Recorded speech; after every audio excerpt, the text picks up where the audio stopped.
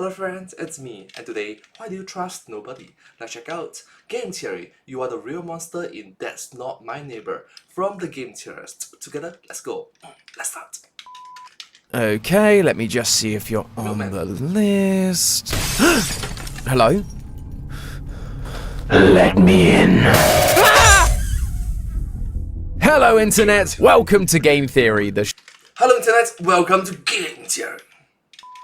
show that can get you onto any list so long as you hit that subscribe button. What's up with my Subscribe. face? Oh, I'm just Thank you. trying something new. Yeah, gotta keep things fresh. All I have to do now is, who are you? I'm Tom, the host of Game Theory. Right, and I suppose you also have a crippling Reese's addiction. Exactly. Ha, trick question. I'm an M&M guy. Get him out of here, boys. Sorry about that. These doppelgangers are getting pretty out of control. They've been taking over my YouTube feed for weeks. Who knows how many YouTubers they're impersonating at this point. And it's all because of the indie horror sensation that is That's Not My Neighbor. Very heavily inspired by Papers, Please, That's Not My Neighbor is a game about checking paperwork to keep intruders out. But instead of working for a totalitarian government, you're working as a simple apartment doorman, trying to keep these horrible monstrosities from getting in and murdering everyone inside. These creatures are known as doppelgangers, or just doppels for short, and they can take the form of anyone, though they can't seem to get everything right. Sometimes the mistake is as subtle as a wrong ID number. Other times it's more obvious. Luckily, you're not helpless against these monsters. You have the Department of Doppelganger Detection, or the DDD, to help you out. If you suspect anyone of being a doppel, you can shut the doors, sound the alarms, and they'll be right by to clean up the mess. It's a simple premise, and the character designs are fun and memorable for both the humans and the doppelgangers, which means it should come as no surprise to you that ever since this game came out, we've been receiving non-stop requests to cover it. By the way, if you have any suggestions for games to cover, please do let us know over on the Game Theorists subreddit. I'm constantly checking it to find what kind of topics you guys are interested in. But the point is, this game has been on my radar for a hot minute, and with the recent release of its new Nightmare mode, I think it's the perfect time for us to dive a little deeper into this game and figure out what's really going on in the neighborhood. Where do the doppelgangers come from? What is the DDD hiding? And why, oh why, is Afton in this game? Seriously, I don't think I'll ever know peace from FNAF.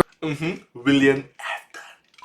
Grab your hazmat suits, theorists, because it's time for us to find the lore hiding in the hallowed halls of That's Not My Neighbor. Let's start with the things that the game straight up tells us. Besides the whole doppelganger thing, we're told that this game takes place on February 9th, 1955, thanks to a calendar that you find above your desk. And that's basically all we're told. You see why it took me so long to make this video? However, even with just the date, we can start to figure out context of what's going on in the world outside of our little apartment complex. I couldn't find anything specific that happened in history on February 9th of that year, other than the fact it's a Wednesday, which I call out because the game seems to suggest that it's either a Monday or a Tuesday, depending on the type of calendar you think this is. But minor details aside, the big picture here is that 1955 was the height of the Second Red Scare, the second wave of political propaganda about the risk of communism infiltrating the United States. This was especially true in 1955 because just 1 year earlier, the Soviet Union State Security Agency, otherwise known as the KGB, was formed, and espionage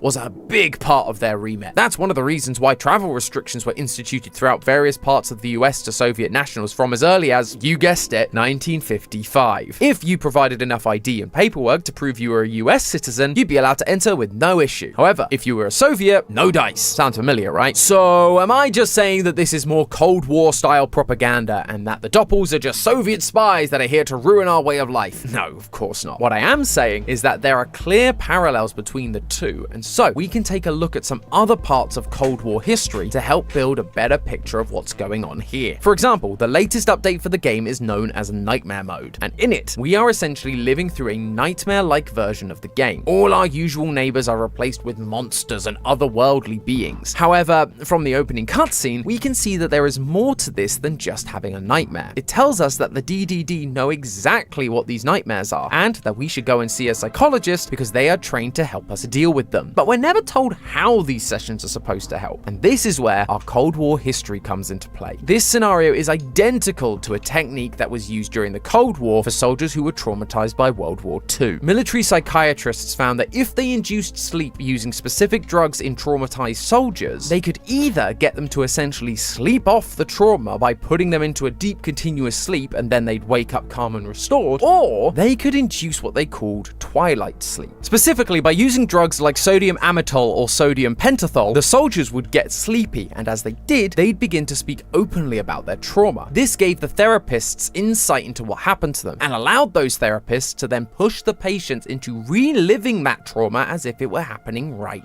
Oh, so twilight sleep. I think that's called truth serum, right?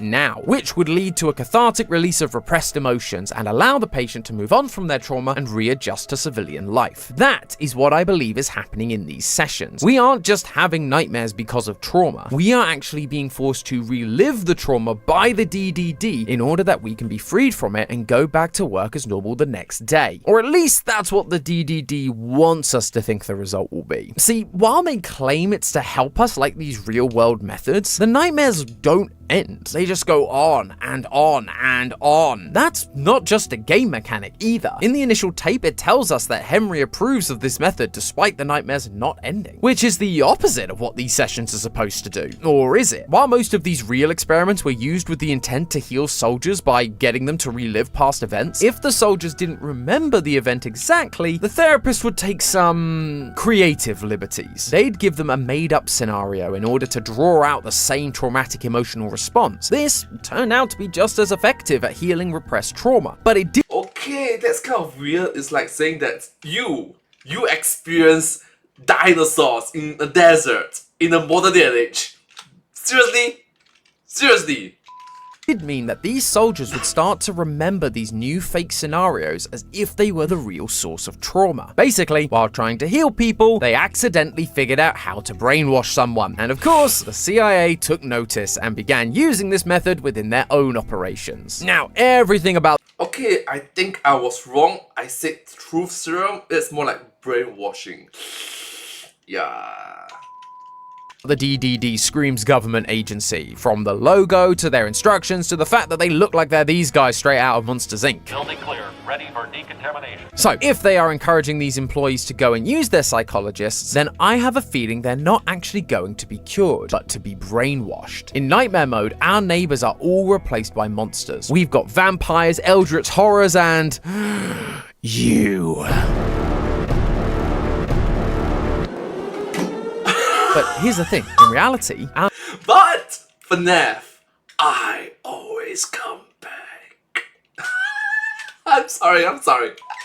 neighbors aren't monsters, they're just people. It's the doppels that are the monsters, and yet in this mode, everyone appears to be a monster. That doesn't seem like we're reliving trauma that we've seen, but instead a fabricated reality where our perception is being twisted into something else. By brainwashing us to believe everyone is a monster, we're more likely to press the big red button on our neighbors because we see everyone as a threat, and we aren't willing to risk it. But that's not what the DDD wants, right? They want to catch the doppelgangers, not your neighbors. At the beginning of the game, Henry gets called out for not being excellent at his job despite surviving. To survive, he can't let any of the doppels into the building, but to not be excellent, you also have to detain your neighbors as well as the doppels. Why would they shame him for that if they want the neighbors detained? I must just be paranoid, right? Ooh, look over here, Tom's on another one of his characters are lying to us trends. But honestly, it is games like this that are the reason I have trust issues. Because look at what happens when you finish the game. You get given your scores, which at first seem pretty normal, but notice the specific wording. Doppels captured and neighbors killed. Two different things are happening when you call the DDD on a suspected doppel. Despite being told they're evil and scary, if we call them on a doppel, they're captured. But if they're actually human, they aren't released. They aren't sent back home, they're killed off. It actually reminds me a lot of another piece of 1950s media, Invasion of the Body Snatchers, a sci-fi horror film that originally came out in 1956 and was based on a book that came out in 1954, perfectly straddling our main date there. The premise is that an alien species arrives in these seed-like pods that hatch and take on the identity of an already existing person. They will then go on to kill this person while they're sleeping in order to replace them. In some later adaptations, it's even revealed that high-ranking officials like police and members of the government have been replaced by these pod people, now able to push their own agenda of replacing the entire population. That seems to me like the DDD. They aren't actually trying to get rid of the Doppels. They're trying to remove the humans that the Doppels are impersonating in order that they can more easily enter society. That's why they convince us that all of our neighbors are monsters within those therapy sessions. If they have a paranoid, desensitized doorman that basically sends everyone to the DDD, it allows them to more easily get their hands on the original neighbors and kill them, while the Doppels take their place, all disguised as an act of protection. But it's not just the doppelganger element that appears to be the same as the body snatchers, it's also the aliens. Yeah, just when you thought this thing couldn't get any more conspiratorial. When you boot up Okay, it reminds me of the movie Us. Nightmare mode, right at the start, we get a single frame of a DDD agent standing next to an alien. No, I'm not kidding. And this isn't even part of our nightmare. This is part of the instructional tape that's gone out to inform us about the psychology services. Aliens are officially involved in this whole thing, and they are working with the DDD to help the Doppels take over. Fortunately, we're not the only ones that are suspicious of our hazmat-wearing overlords. There is someone else who is trying to help us survive everything we're going through and uncover the truth about what's going on. During Nightmare mode, we encounter this guy wearing a hood, and he gives us a very interesting note. It says, "Don't trust them," with the DDD logo crossed out, a code, and a website. This guy also appears to be the one who warns us about the nightmare clown that wants to kill us. He's wearing a mask in the base game, but if you go into the game's files, you can remove it, and his facial features seem to match our hooded character. So he's clearly got our best interests at heart. Plus, I love a If you notice, his face looks very plain, normal, boring. Like, you can draw this face in like 10 seconds. Saitama! One Punch Man!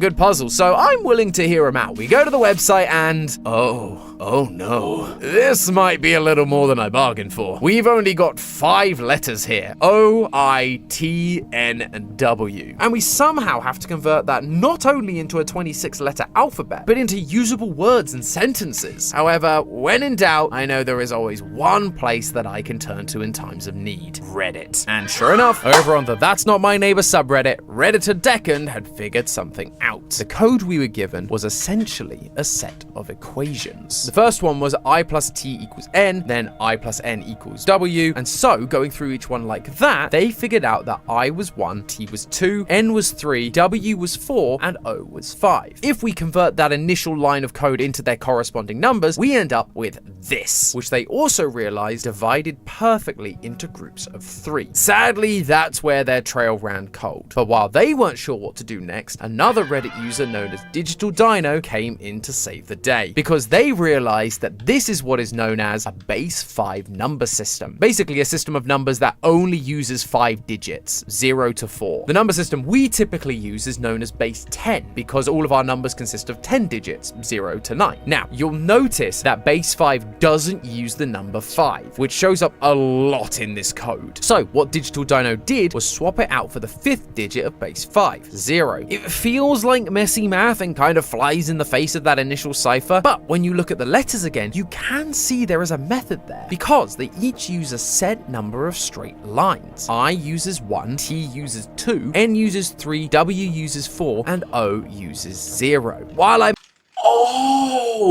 Clever. may not be super satisfied with the logical step there, I can't deny the results. Once Digital Dino made that change, they converted each set of 3 numbers from base 5 to base 10. You do this by multiplying the first number by 25, the second by 5, and the third by 1, then adding them all together. That means that each group of 3 numbers becomes one number in our traditional number system, and wouldn't you know it, all the new numbers we get fall between 1 and 26, which means they all can correspond with a letter of the alphabet. Once you convert the entire page of code, you end up with this. Let's be honest with each other, that's very detailed. Amazing. Confidential material, Trojan Horse Project, funded by the Military Department of the Government. General Director, Oswald D. Kepler. Lead Researcher, Dr. Afton. Oh, come on! Dr. Afton! Seriously? Year of creation, 1945. Prominent results from some experimental models. Verbal communication perfectly replicable regardless of language. Acceptable falsification capability. Determination to deceive. Physical assimilation still to be improved. Capacity to act under orders still nil. New project proposal. Evolutionary algorithm project. Massive training of experimental models. Leak detected. Emergency protocol activated. Contingency plan. Foundation of the Doppelganger Detection Department. Current state of the project. Active. Promising project results. First off, of course the character named Afton is involved here. But the more important details are that the Doppelganger operation wasn't meant to just be an invasion of the Body Snatchers 2.0. It was originally designed as a military operation. The project is called Trojan Horse, and in Greek mythology, the Trojan Horse was a gift given by the Greeks to the Trojans after the Greeks had been totally destroyed in battle. The Trojans saw it as an act of surrender, and they took the new trophy into the city, only for a few Greeks to have stowed away inside the horse. And that night, they snuck out of the horse, opened the gates to the Greek army, who then destroyed the entire city and won the war. Seems like the military was going to use these doppelgangers in the same way, to infiltrate enemy lines and help them win the Cold War. And while the use of a weird alien monster thing might be a bit out there, this type of espionage where someone is disguised as someone else certainly isn't. During and after World War II, Britain's secret operations executive would employ plastic surgeons to do operations on the faces of their operatives so that they would be unrecognizable and blend in with the people around them in whatever part of the world they were going to be stationed in. Apparently, it was so successful that the American government would send their spies to Britain to get the same surgeries. This was all revealed by a man called James Hutchison in, get this, 1945. The same year the Trojan Horse project started in That's Not My Neighbor. Naturally, permanently disfiguring someone and having them give up their lives isn't the sort of thing that goes down great in the court of public opinion. So what if the Yeah, that's a long-term commitment for life. government tried something else? Instead of trying to turn people into other people, why not create something that has the ability to mimic others, falsify documents, and then enter a country undetected? This is where I believe the aliens come in. Because in 1945, there was also reports of an avocado-shaped UFO crashing into Trinity Desert, New Mexico, just 5 weeks after the first atomic bomb was detonated there. Apparently, the ship was taken away by US military personnel, which would mean that they'd suddenly have access to all that alien tech, and maybe even an actual alien species that they could use as part of their new initiative Or maybe you're just thinking way too much, bro. for military espionage. However, clearly this idea didn't work in the long run. While things initially seemed good, this new life form wasn't really doing the whole taking orders thing. Some of them even managed to escape, leading to the creation of the DDD to try and detain them so that they could continue their experiments. But as we saw from the frame in the psychology video, it looks like the DDD has been compromised. They're working alongside the aliens body snatcher style, now eliminating the humans you detain and releasing the captured doppels back into the world to take the place of another unsuspecting human. Until one day, everyone, including you, is replaced by one of them. Maybe one day we'll get to peek behind their visors, and when we do, I wouldn't be surprised if we'll see a distorted version of our own face staring right back at us. But hey, that's just a theory. A game theory! Thanks for watching. And if you're interested in more indie horror with a side of real-world lore, check out our episode on Roblox Doors. Okay, now that is literally fake it until you make it. Oh, which fun fact, you see all this hair? I'm filming this right now at 2024, August 8th. I'm going to cut my hair botak later, so the video that come after, I'm going to upload this video right now at 9 a.m. later. Right now it's 8:37 a.m, so a bit rushed, but you know, I think I'll make it. Later at 9 p.m. when I upload another video, my hair will be gone. So it's me. Trust me, it's me. It's not a doppelganger. Trust me. Anyways, hope you enjoyed. Subscribe to my channel, and I hope to see you in my next video. Fun fact: tomorrow I'm going to create a new channel, Humdrum Singaporeans. Instead of Humdrum Singaporean React, it's more towards Humdrum Singaporean. So yeah, thank you so much. Hope you enjoyed. Subscribe. Thank you. And also, I need to apologize to you all. I promised that tomorrow, yesterday, I'm going to cut my hair. I missed a deadline. I was hanging out with my family, family bonding. We have a lot of laugh. So, after hours of laughter, we forgot that, oh my god, the time is. So yeah, I forgot cut my hair. But anyways, I'm gonna cut my hair today. So yeah, look forward to it at 9 p.m. later. That's the outro. But hey, that's just a theory. A game theory. Thanks for watching. And I definitely did not say film theory. Hope you enjoyed. Subscribe. Thank you.